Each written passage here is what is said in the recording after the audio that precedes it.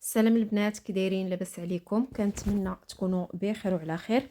اليوم ان شاء الله غنشارك معكم واحد البسيطلات صغارين بالفخيضات ديال الدجاج. هكا كيشيطوا لنا الفخيضات، يعني هكا كفكره. اول حاجه كيف ما كتشوفوا معايا هنا عندي قبطه ديال القزبر والمعدنوس مغسولين منشفين، واحد 6 دروس ديال الثومه، وواحد الحامضه مصيره طحنتهم في الهاشوار، واحد المعلقه كبيره ديال التوابل ديال الحوت ديال البسطيله، معلقه كبيره ديال الفلفل الاحمر، الملح على حسب الذوق، نص معلقه ديال الابزار، وراس معلقه ديال السودانيه اولا الهريسه اللي بغيتو. هنا درت واحد العصير ديال واحد الحامضه، وهنا غنزيد الصلصه ديال الصوجا، غنزيد تقريبا نديرو بين 4 حتى ل 5 المعالق، وغنزيد زيت الزيتون تقريبا واحد 3 المعالق كبار. صافي، وغادي غنخلط مزيان المكونات. وهنا كيف ما كتشوفوا معايا عندي فخيضات ديال الدجاج، عندي تقريبا واحد 5 الفخيضات ديال الدجاج.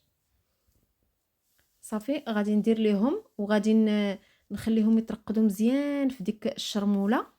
قد ما خليناهم كتر قد ما كيشربوا لنا ديك الشرموله وكيجيو لذاذين. هنا اول حاجه كنجيب واحد المقله وكندير واحد المعلقه كبيره ديال الزبده، وتقريبا واحد 3 المعالق ديال زيت الزيتون. صافي، كنخلي ديك الزبيده حتى كتذوب. من بعد ما رقد دوك الفخيضات مزيان في داك الشرموله، هنا صافي غنجيبهم باش نبدا نطيب فيهم. صافي غنديرهم في هذه القويميله، وغادي نحاول انني نشحرهم. ما كنزيد فيهم لا حتى حاجه، راه دوك الفخيضات هما بوحدهم كيطلقوا الماء ديالهم. ومن بعد غنقول لكم الماء اللي غنزيد فيهم. خديت مقيله اخرى درت فيها واحد المعلقه كبيره ديال الزبده وشويه ديال زيت الزيتون، وغنجيب عندي هنايا تقريبا واحد 600 غرام ديال الكروفيت. غادي نحاول انني نشحرو، غادي نجهد العافيه، وغنزيد واحد المعلقه كبيره ديال ديك الشرموله اللي بقات عندي. صافي، كنخلط كلشي على عافيه مجهده. كيف ما كتشوفوا معايا الكروفيت راه طلق الماء ديالو. صافي غادي نصفيه، وهذاك الماء ما غاديش نرميه، هو اللي غادي نزيد على دوك الفخيضات ديال الدجاج. هنا في نفس المقله، يعني ما غسلتها ما والو، درت عاوتاني الزبده وزيت الزيتون. وهنا الكالامار عندي مقطع، ودرت واحد المعلقه كبيره ديال ديك الشرموله. صافي، حتى هو كنشحرو على عافيه مجهده. ومن بعد ما كنخليه حتى كيتسقطر وكتهبط منه ديك المريقه ديالو، وكنزيدو حتى هو الدجاج كيف ما كتشوفوا معايا. هنا راه عندي غير ديك المرق الماء اللي طلق داك الكروفيت هو اللي زدت هنا، راه ما زدت لا ماء لا حتى حاجه. زدت واحد 2 جنيوحات ديال الدجاج حتى هما بانوا ليا كاينين عندي، حتى هما زدتهم من بعد. صافي، هنا كيف ما قلت لكم غنزيد ديك المريقه اللي هبطات من داك الكالامار حتى هي. كتجيب هاد الفخيضات بنانين ديك المريقه. صافي، كيتبدل لهم المذاق هنا من بعد ما طابوا. صافي، وقفوا، غادي نحيدهم ونخليهم حتى كيبردوا، وكنفتتهم نحيد لهم ديك العظيمات ديالهم. كيف ما قلت لكم كيتبدل لهم المذاق، ما كيبقاش المذاق ديال الدجاج، كيولي المذاق ديال الحوت. هنا في كاسرونه اولا واحد القويميله اخرى درت واحد 150 غرام ديال الشعريه الصينيه، وزدت عليها الماء طايب. غادي نخليها بين 8 حتى ل 10 ديال الدقائق، وغادي نصفيها وغادي نقطعها، اما ندوزوها في الهشوار اولا نقطعوها غير بالموس. صافي، وغادي نجيب عاوتاني واحد عندي شامبينيون نوار، تقدروا ديروا الشامبينيون طريله عندكم اولا المعلب، المهم اللي متوفر. حتى هو غندير ليه نفس الطريقه، غادي نديرو غنخوي عليه الماء الطايب، وغادي نخليه تقريبا في واحد 25 غرام. غادي نخليه حتى كيتضاعف الحجم ديالو. راكم عارفين فاش كيتضاعف الحجم ديالو دوك الورقات ديالو تيوليو كبارين. غادي نخليه حتى هو حتى كيبرد داك الماء، وكنشوفوا التنفخ كامل، يعني كله كيتفكع كله كيتحل. وغادي نغسلو ونصفيه. صافي، وكنقطعو حتى هو اما بالموس ولا كندوزوه في الهاشوار كيف ما درت انا. درت هاد الهاشوار هذه اليدويه.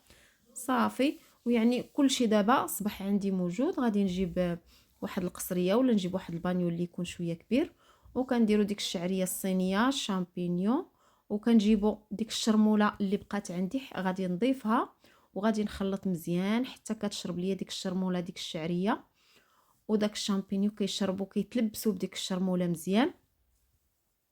عاد غادي نزيد داك الدجاج اللي عندي من بعد ما فتتو كيف ما كتشوفوا، وغنزيد القمرون والكروفيت يعني من بعد ما استقطروا حتى هما مزيان، ما خليت فيهم لا مال حتى حاجه. صافي هنا غندير تقريبا واحد 200 غرام ديال الجبن ديال الموتزاريلا، وغادي نخلط كلشي. المكونات الحشوه ضروري انها تكون بارده، ومن الاحسن هادشي كنديرو على تيسع، وكنخليو دوك المكونات كيدخلوا في بعضياتهم، كيشربوا بعضياتهم. صافي هنا درت واحد الزلافه، درت فيها الزيت، واحد المعلقه صغيره ديال الفلفل الاحمر باش كيعطينا داك اللون للزيت.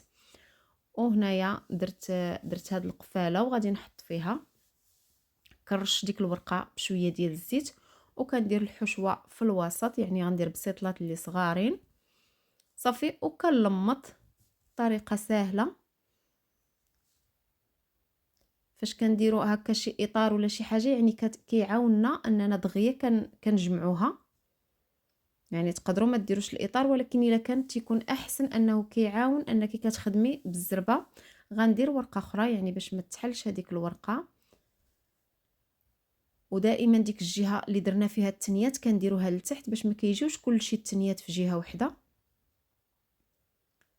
كل وجه كيكون فيه التنيات. صافي وكنلمطها بهذا الشكل هذا، وكنحطها في الصينيه مباشره. يعني الطريقه اللي سهله. غادي نعاود معكم باش غادي تشوفوا بنفس الطريقه. يعني غادي نستمر حتى كنكمل كلشي البسيطلات اللي عندي. وفي هذا الوقت يعني الفران راه كيسخن، ضروري ما كنسخنوا الفران، خصو يكون سخون مزيان. وإلا شنا هكا عندنا الورقه بالزيت كنقطعوها بهذا الشكل هذا. اهم حاجه ان البسيطله كتكون ملمطه، وإلا بانت لنا الورقه انها شايطه بزاف. انا الحجم اللي عندي ديال هاد الورقات راه ماشي كبير، ما كبيرش بزاف، يعني حجم اللي شويه صغير. صافي كيف ما قلت لكم كنستمر بنفس الطريقه. الا بانت ليا هكا الورقه بزاف راه كنقطعها وكنحيدها. وهنايا كيف ما كتشوفوا هذيك الزويته النيت اللي عندي كندهن بها كلشي البسيطلات، اولا كنطربوا واحد البيضه وكندهنوا الا بغينا يجي اللون ديالها احمر اكثر وكتجي محمره، كندهنوها بالبيض. صافي وضروري ما كنتكوها باش ما كتفرقعش لينا. الفران كيكون سخون مزيان. فاش كندخلوها كنقصوا العافيه على عافيه اللي متوسطه، وكنخليوها كطيب على خاطرها. وكيف ما كتشوفوا معايا هذا هو الشكل النهائي. كيجيو رائعين. اما البنه راه ما نعاودش لكم كيجيو لذاذين، ما كتعرفوش بلا راه فيهم الدجاج نهائيا. كتجي البنه كلها ديال الحوت. كنتمنى فعلا انكم تجربوهم، واخا تقطع ليا القطع اللي قطعت لكم باش تشوفوا من الداخل، ولكن معليش راه باينين بانهم غادي يجيو رائعين. كنتمنى الاقتراح ديال هذا النهار يعجبكم. ما تنساوناش من لايك اكيد الا عجبكم الفيديو، والى اللقاء.